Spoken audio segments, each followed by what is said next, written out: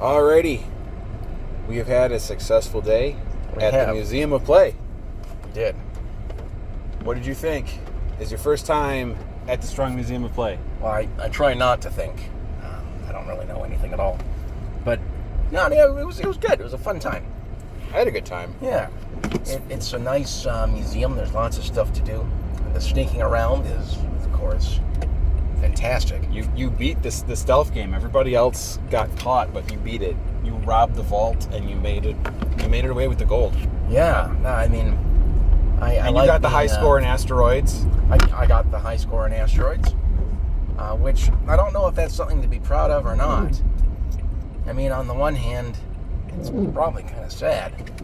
On the other hand, though, it's asteroids, and asteroids is a classic.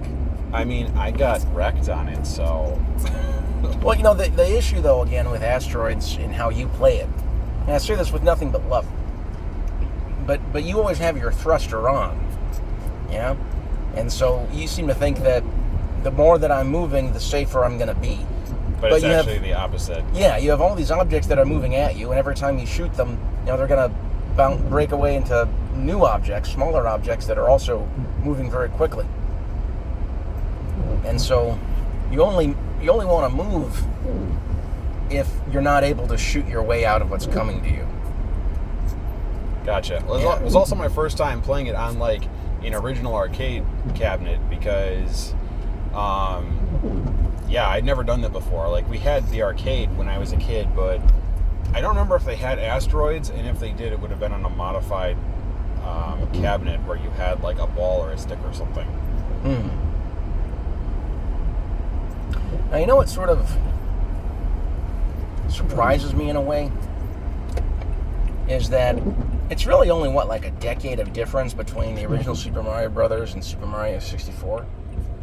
Something like that, yeah. And, you know, as a kid, that feels like that's a lifetime. It's an eternity. Yeah. But when you're an adult, it's a blink of an eye. Well, you know, there's only a 10-year difference between Asteroids and the TMNT arcade game. Asteroids was in 79, and TMNT was in 89.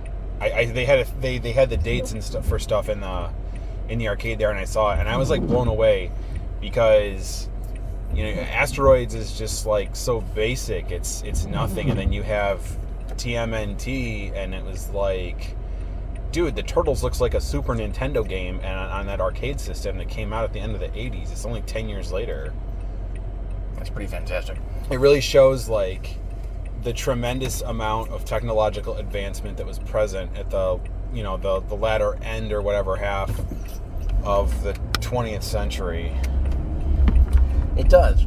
And, you know, when it comes to video games, there's a part of me that still feels rather embarrassed by the idea that there's a museum that dedicates a wing to them. Because it's like, that's my own childhood. Like, I've lived it. And so in that respect, it doesn't feel like it's history. Yeah. But as we were describing before, you know, when it comes to cinema as an art form, I don't pretend to know the number of films or the percentage of films that have been lost. But I seem to recall that it was exceptionally high. Not only like a double-digit percentage, but that it's the majority of films from, say, the early 1900s, even 1920s and 30s and yeah, onwards. Most stuff from the early 20th century was lost. They also used to do those films on nitrate film. Yeah. And like they would combust if they got to be too hot. And movie theaters were basically death traps in the early days because they would burn down and then everybody would die. But yeah. But there's that sense of disposability, right? Right. You're not making it for audiences of the future. You're doing it for today. Mm-hmm. We see a lot of politicians engage in similar behavior, for better or for worse, and that's not the object of the discussion, but the point is that we can see that throughout human history you have a great deal of persons, organizations, entities who purposely make decisions based on the time that they're living in, right, without too much cognizance of what will come next. And that always spells disaster for down the road. It's not ideal, And so I appreciate the strong museum of play on the premise that it seeks to preserve something that, to me, it's my own lived experience in history, but your children are new human beings. Right. To them, that is history. Right.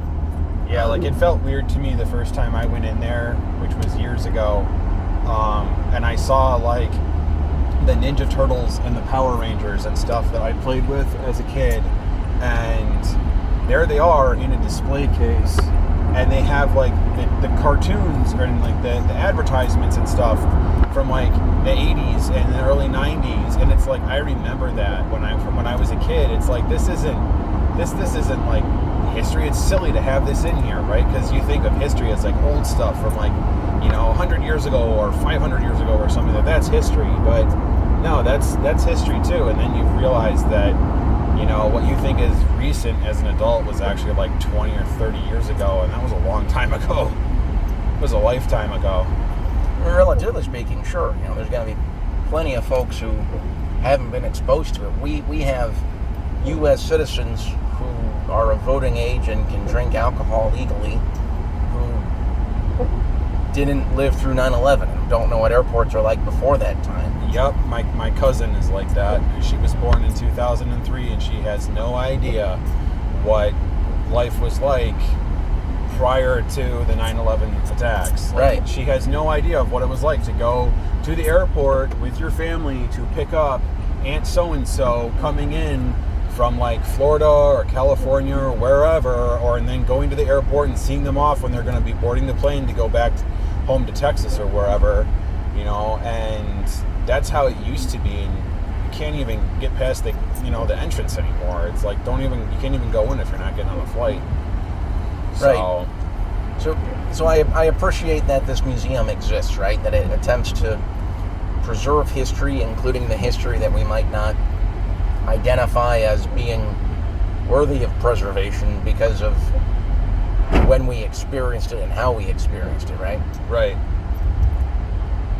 So yeah, a very pleasant experience, a joyous occasion.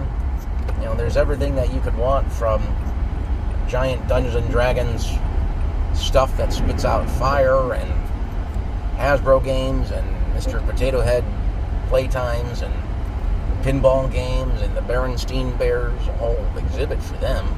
Yeah. Which is cool, I guess.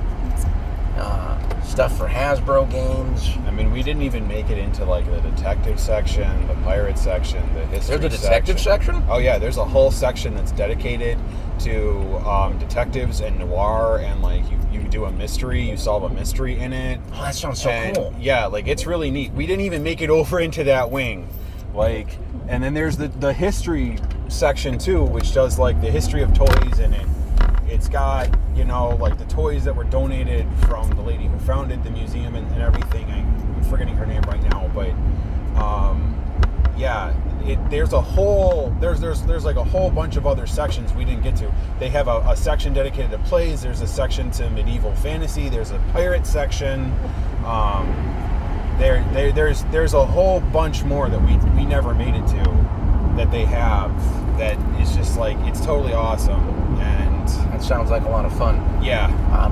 I'll definitely need to be heading back there again. As an adult, it certainly gives me a lot of pleasure hanging out there. I can easily imagine that my wife, who, being from a small island country, a terrifically small island country, she would be blown away by any of that. The fact that we have things like hot water in the house, that's a luxury, right? Right. Having constant power in the house, not having to worry about outages, also an incredible luxury. So I think she'd be blown away by that. And then I'm imagining all the kids in my extended family. Their minds are going to be blown, dude. Oh, dude, they would have a really good time. I mean, the way that they have the museum set up, and it's all focused on play, you can go around as a kid, it's heaven. It is heaven. Yeah, I mean, as a place that is marketed to kids, like, it's a lot of fun as an adult, but that would be the place to be as a child. There's such an enormous amount of stuff to do. Despite being a very big location and a lot of folks in the line when we were waiting in the morning, it's not busy, right? Or didn't get the sense of being busy. Anything that you want to do, you don't really have to wait, if at all, then you don't have to wait very long. The ropes course was definitely the longest wait. The wait to do that was like an hour. Was it an hour or did it feel like an hour? No, I know that you and I didn't go on the ropes. We were playing the role of watching other people go on the and ropes. guarding the stuff. But yeah, I timed it, and it took them 45 minutes just to get up to the point that they could like sign the waiver and do everything. And it was an hour until it was an hour. They didn't get up on the course until an hour after they got in line for it. So but that's the only thing that was like that from when we were there. So yeah, my advice: do the ropes course first and get there like as soon as they open, and just go straight to the ropes if you want to do it. Otherwise, you're going to be waiting.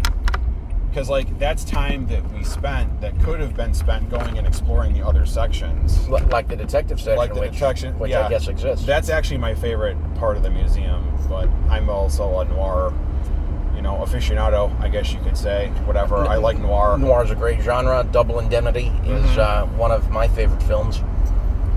I love The Postman Always Rings Twice. Good times. Yep. I'm trying to remember the name of one of the games that they had in their Hall of Fame. It was the first explicitly LGBTQI plus that acronym. I'm just bad with acronyms, but it's the first game that was explicitly for that audience and made by that audience. And it's from like 1989 or something. Huh. It's a text-based adventure game. Well, I take that back. There's visualizations, but it's a point-and-click adventure game. Huh. It's I missed black and that. white. It's like the caper in somewhere. But it looks really cool. And now I kind of want to see if I can find out what that is again and play it. Yeah. Yeah. I'm sure you can download like an ISO for the disc or a ROM or something and emulate it through like DOSBox. It's got to be out there floating around on the web if you can't get it from like Good Old Games or something. 100%, man.